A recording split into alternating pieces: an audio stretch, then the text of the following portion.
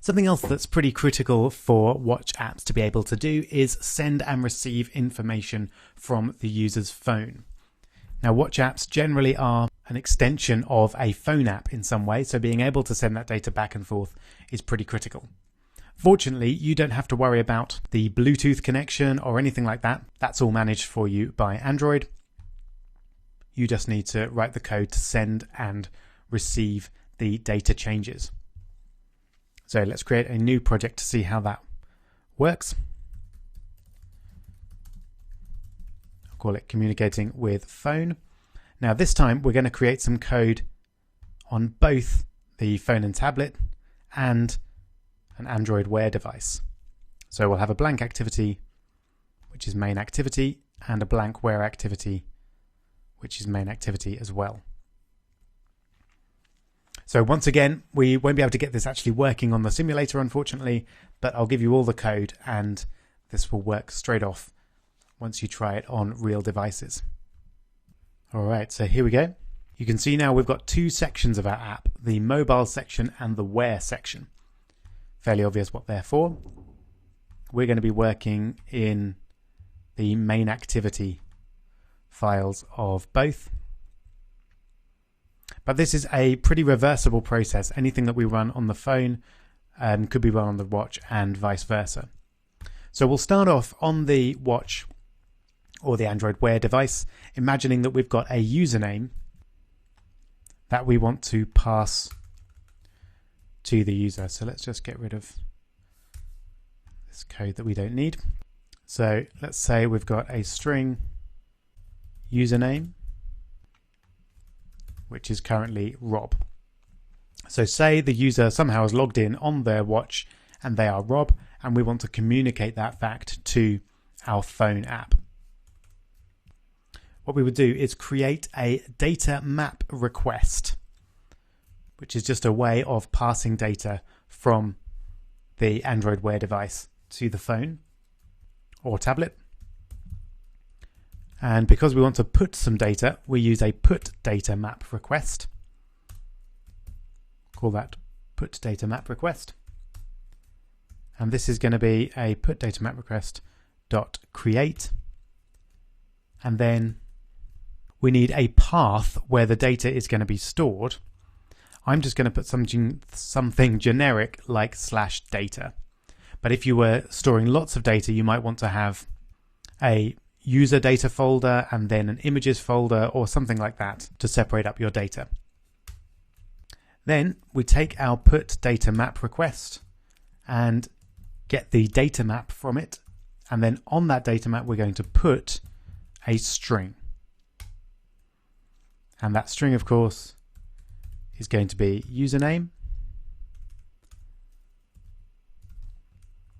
and the key that we'll use for it is username. So we'll be saving Rob under the string username. And you saw there were all sorts of options to put other different variable types as well. Then we create a put data request called put data request, which we'll create with put data map request dot as put data request. So we've taken our put data map request and we've converted it into a more generic put data request, which is the format that we need to actually send it in. And then we create what's known as a pending result. And this is going to have a type of data API dot data item result. We add that first, which is a special class for transferring data between Android devices. We'll call it pending result, and it's going to be equal to wearable dot data API dot put data item, and we need to specify the client first, which I haven't created yet, so let's just create that. This is going to be a Google API client, which we'll call Google API client.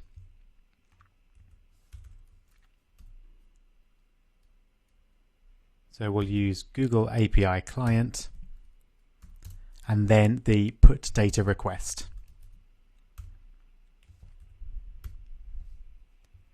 Okay, so hopefully that more or less makes sense. We're setting our pending result equal to the outcome of this wearable.data_API.putDataItem request. So we're essentially in this bit attempting to do the data request, and we're setting pending result equal to whatever the result of that is. Now actually I think that pending result is of the wrong type. It's not broadcast receiver.pending result that we need. We need just a pending result. Now you might be wondering, how do we deal with this pending result? How do we get the output of that? Because it might take a while to be transferred back and forth if the phone's not connected, for example. Well, to do that, we need to implement some classes here. And first off, we've got data API.data listener. And we've also got Google API client dot connection callbacks and Google API client dot on connection failed listener. So you can imagine all of these allow us to access or listen for events which would affect this pending result here.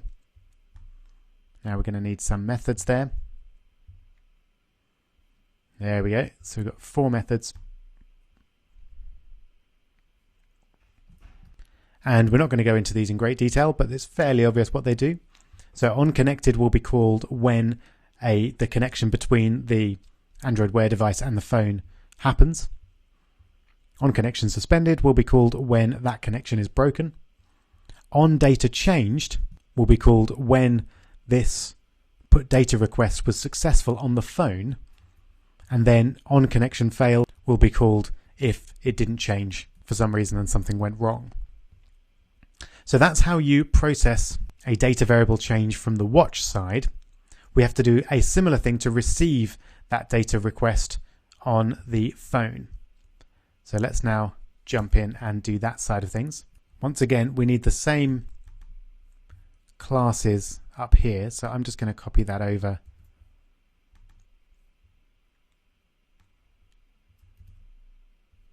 to import those classes, and then that will instruct us to implement all the methods. And then, as before, we create a Google API client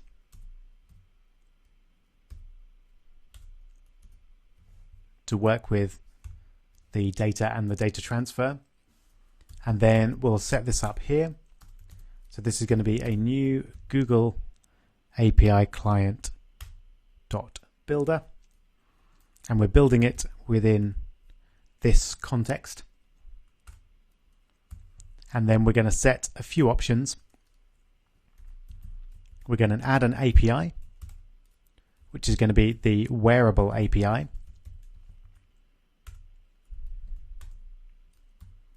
We're going to add connection callbacks, which will allow us to listen for events like variables being changed.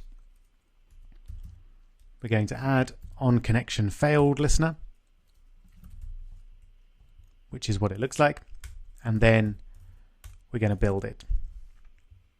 So this allows us to manage all of that data. If you're wondering why we didn't create that at the other end, that's because we've not set this up for receiving data. We've only set this up for sending data, and when you've got sending data, you don't need this Google API client set up in the same way. But if we wanted to receive data on the watch, which you probably would, because normally you're going to want to synchronize information between the phone and the watch, then you would need this setup as well. Okay, so now we've created the Google API client, Everything else we actually do in these methods down here that we met before. So first off, on connected. So once we connect from the phone to the Android Wear device, we add our listener. We do that using wearable.data-api.add-listener. And the listener that we use is the Google API client, and then we're using the main activity. When we've added our listener, we don't need to do anything in particular on connection suspended, but we might want to remove the listener if we wanted to, although it will likely happen automatically. The important method for us is this onDataChanged method, which will be called when an item of data is changed. So how do we get that information on our phone? Well, you notice we've got a thing called the data event buffer. So that's where all our data is contained. So let's loop through it. It contains a bunch of data events, which we'll call, each of which we'll call event.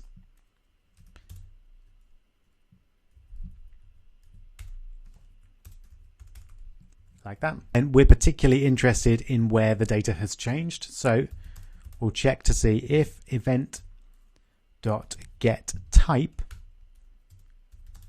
is equal to data event.type changed, which means to say if this event that we're looking at here is a change of data, which is what we want, then we want to get the information. So we'll create a data item called item, which we'll get from event.getDataItem, and then we'll check to see if item dot, and then we want get URI, which is the location of the item, and then the path, which is the precise location of the item, and then we want to compare that to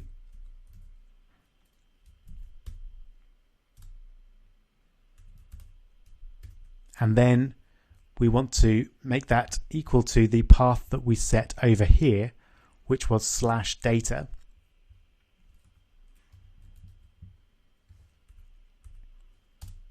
And that compare to method here returns a 0 if it is the same. So if this is the case, then the item is changed in the path that we're particularly interested in. And this is where paths might become useful, because you might want to do slightly different things depending on what type of data has changed. So that's where the path would fit into that. So if this is the case, we want to extract the data that we've got. And we do that using data map to create a data map. And we get the data map item from a data item, and the data item that we're going to get it from is item, which remember we got from event, which we got from the data event buffer when the data was changed. And we want to get the data map. That's it. And then the very specific item that we want is the username, and we would get that from datamap.get, and then we choose our variable type. We want a string here, and we want the username string. And then finally do something with username. So if we want to change something in our app now that the username has been changed, we could do that there. But that's basically it. So what we've done there is on the wearable device, we've taken the username string Rob and we've saved it as a put data request. And then we've received it on the other end using onDataChanged. Similarly, if you wanted to change something on the phone, then you would just use this code on the phone and this code on the wearable device. And that's it. As I say, I can't run it on the simulator, or at least if I do, it won't do anything. But that's how you work with data and transferring it between the watch and the phone. And now we're almost there with our tour of Android Wear, but we've got a couple of more things that I want to show you first. And the first of those is another important aspect of Android Wear, and that is notifications.